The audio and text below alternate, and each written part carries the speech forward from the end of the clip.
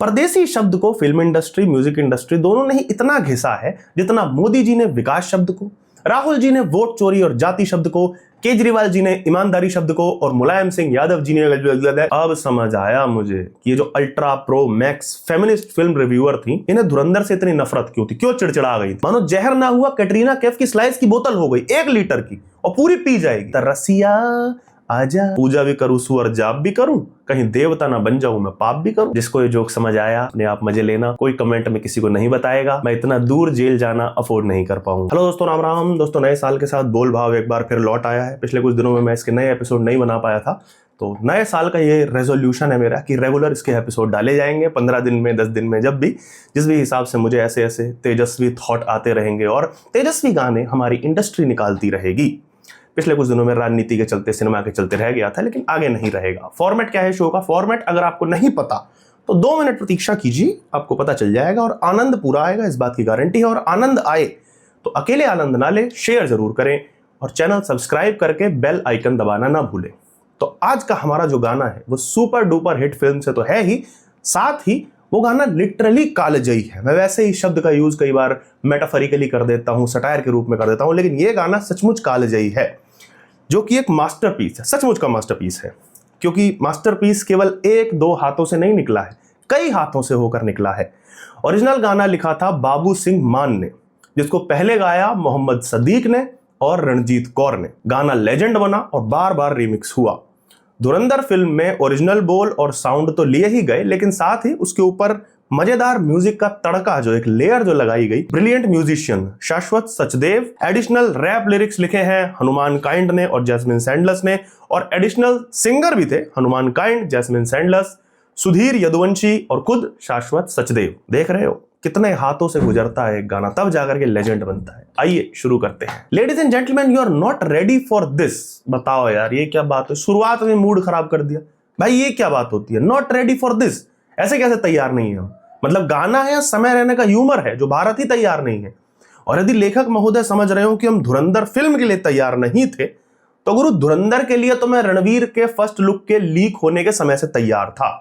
हाँ, धुरंधर के अंदर जो दिखाया गया है उसके लिए कुछ सो कॉल्ड रिव्यूअर्स तैयार नहीं थे, और अगली में जो दिखाया जाएगा उसके लिए तो रिव्यूअर्स के साथ साथ पूरा पाकिस्तान भी फिलहाल तैयार नहीं है। नहीं, कुछ लीक नहीं हुआ है, पर एक्सपीरियंस से बता रहा हूं, अगली वाली और ज्यादा आग लगाने वाली है, लिख के ले लो। और केवल थिएटर्स में नहीं, कुछ स्पेशल लोगों की स्पेशल जगहों पे आग लगाने वाली है। तो ना दे दिल परदेसी नू तेनू नितदा रोना पै जाऊगा। मतलब पहली ही लाइन एक लेजेंडरी वर्ड के साथ, क्या बात है। परदेसी शब्द को फिल्म इंडस्ट्री, म्यूजिक इंडस्ट्री दोनों ने ही इतना घिसा है जितना मोदी जी ने विकास शब्द को, राहुल जी ने वोट चोरी और जाति शब्द को, केजरीवाल जी ने ईमानदारी शब्द को और मुलायम सिंह यादव जी ने शब्द को। फिर चाहे टेम्पो वालों से लेकर मर्सिडीज वालों तक के दिलों को जोड़ते सिंगर अल्ताफ राजा हो कि तुम तो ठहरे परदेसी साथ क्या निभाओगे, या फिर राजा हिंदुस्तानी में टैक्सी चलाने वाले आमिर खान के होठों को मर्सिडीज में बैठी करिश्मा कपूर के होठों से जोड़ने वाला गाना परदेसी परदेसी जाना नहीं। परदेसी वर्ड जहां भी आया है ना भाई, उसने 2 ऑपोजिट एंटिटीज को जोड़ने का काम किया है। नाम में ही परदेसी है बस।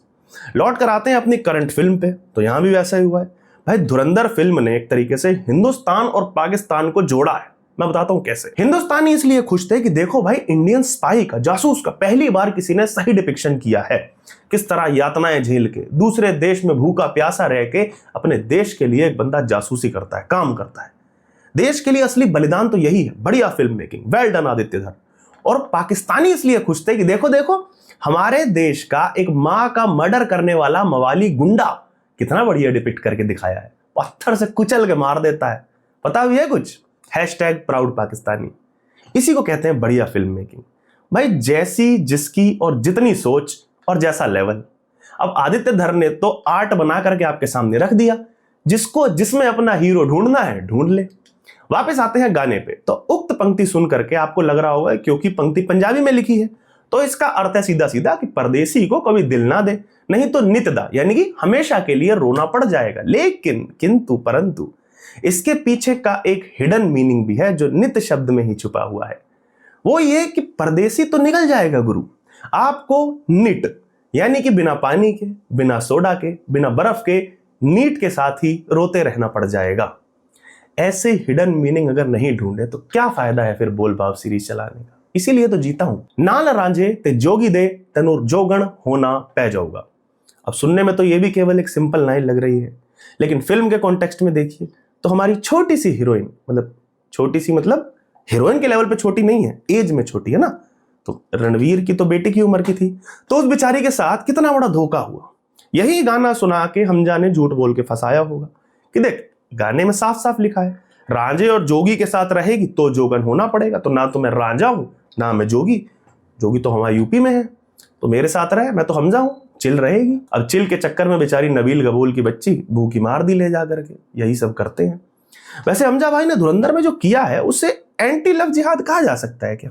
कमेंट सेक्शन में बताइएगा जरूर मुझे। मैं इश्क दे लिया जख्मा दे खुद हंस हंस के मुंह सी लांगी। ओ हो, अब समझ आया मुझे कि ये जो ultra pro max feminist film reviewer थी, इन्हें धुरंधर से इतनी नफरत क्यों थी, क्यों चिड़चिड़ा गई थी। अब भाई बेमतलब में आदित्य धर के डायरेक्शन को, फिल्म की कहानी को, बेचारे फिल्म को हम लोग दोष दे रहे थे। असली प्रॉब्लम यहां थी, मैंने डिकोड कर ली। भाई अब एक महिला का मुंह सीने की बात करोगे तो फेमिनिस्ट दुखी नहीं होंगी तो क्या होगा, और वो भी इश्क के लिए। अब यह बात अलग है कि बंदी खुद ही बोल रही है, लेकिन इसी को तो शास्त्रों में ब्राह्मणिकल पेट्रियार्की कहा गया है।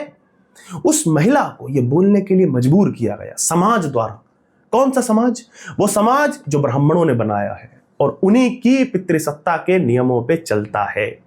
इसी मानसिक गुलामी से ग्रस्त एक महिला ये कह रही है कि इश्क के लिए मुंह सी कर रखेगी, और अगली लाइन में तो और भी गजब ढा रही है। कहती है कि जे यार मेरा मैनू जहर भी दे मैं गट गट करके पी लांगी। लो भैया, हो गया, गुड़ गोबर होना ही था सारा फिल्म का।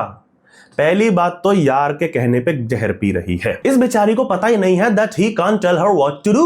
ये तो बिग बॉस वाली पूजा को भी पता था। You do not tell me what to do। You do not tell me what to do। बताओ ऐसे कैसे मान रही है किसी मर्द की बात? वो कह रहा है जहर पीने को पी ले रही है, और ये मर्द भी देखो कितना ससुर जालिम है कि जहर भी दे रहा है भर के एकदम। आदमी जरा सा पीता है यार, 1 चम्मच 2 चम्मच उसी में निबट जाता है, अगली गट गट करके पी रही है मानो जहर ना हुआ कैटरीना कैफ की स्लाइस की बोतल हो गई 1 लीटर की, और पूरी पी जाएगी।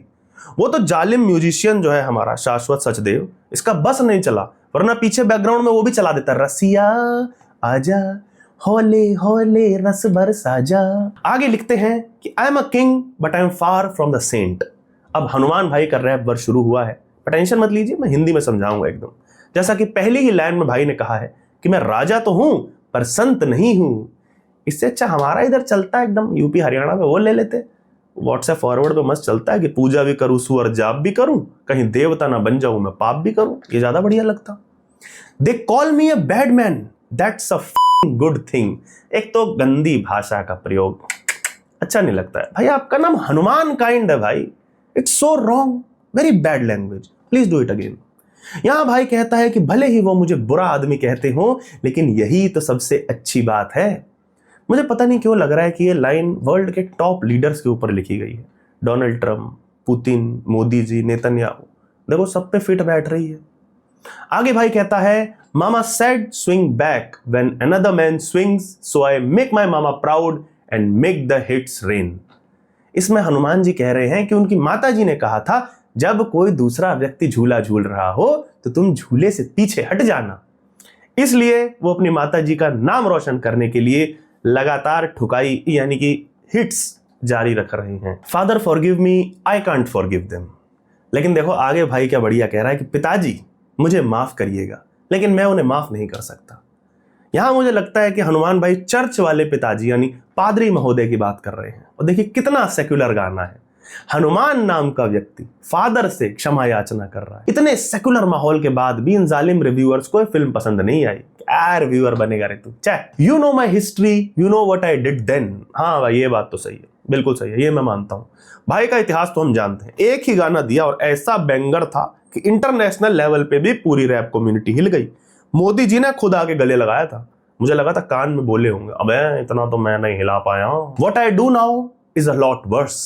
हाँ ये भी हम जानते हैं, सही बात है। अब जो आप कर रहे हो तो और भी जहरीला है, क्योंकि पहले वाला गाना सुन के तो कुछ कुल्फा रैपर सी आहत हुए थे, अभी वाला काम देख के तो पूरे एक धड़े के हर छेद से रक्त रिस रहा है। Heavy is the head, it's a blessing and a curse. सही बात है भाई, सर तो भारी है। और भाई कह रहा है कि सर भारी होना एक आशीर्वाद और अभिशाप दोनों है। इसे भी फिल्म से कनेक्ट करके देखिए, बिल्कुल सेट हो रहा है। भाई अगर सर भारी हो यानी कि बुद्धि तेज हो तो आदमी पराये मुल्क में घुस के भी, वहां के गैंगस्टर्स की बजाने के बाद भी वहां के नेता की बेटी के साथ गुटरगू मचा सकता है। बाकी सर भारी होने का अभिशाप यह है कि ज्यादा भारी सर हुआ किसी का तो उस सर को गुड़ की भेली के ऊपर रख के रहमान डकैत सिलबट्टे से कूट भी देता है। One and only calling out all the phonies, god of them all. आगे जैस्मिन जी अपना वर्स लिख रही हैं और शायद कुछ बकरी का जिक्र कर रही हैं। इसमें बता रही हैं कि किस तरह सारे झूठे मक्कारों को कॉल आउट करने वाली हमारी एक ही बकरी है। गोट लिखा है तो मुझे लग रहा है शायद मैसी जी की बात हो रही होगी, अभी अभी टूर करके गए हैं भारत का। जैस्मिन जी के साथ तो फोटो नहीं खिंच पाई थी, शायद उनको च्युइंगम चबाना ठीक से नहीं आता होगा।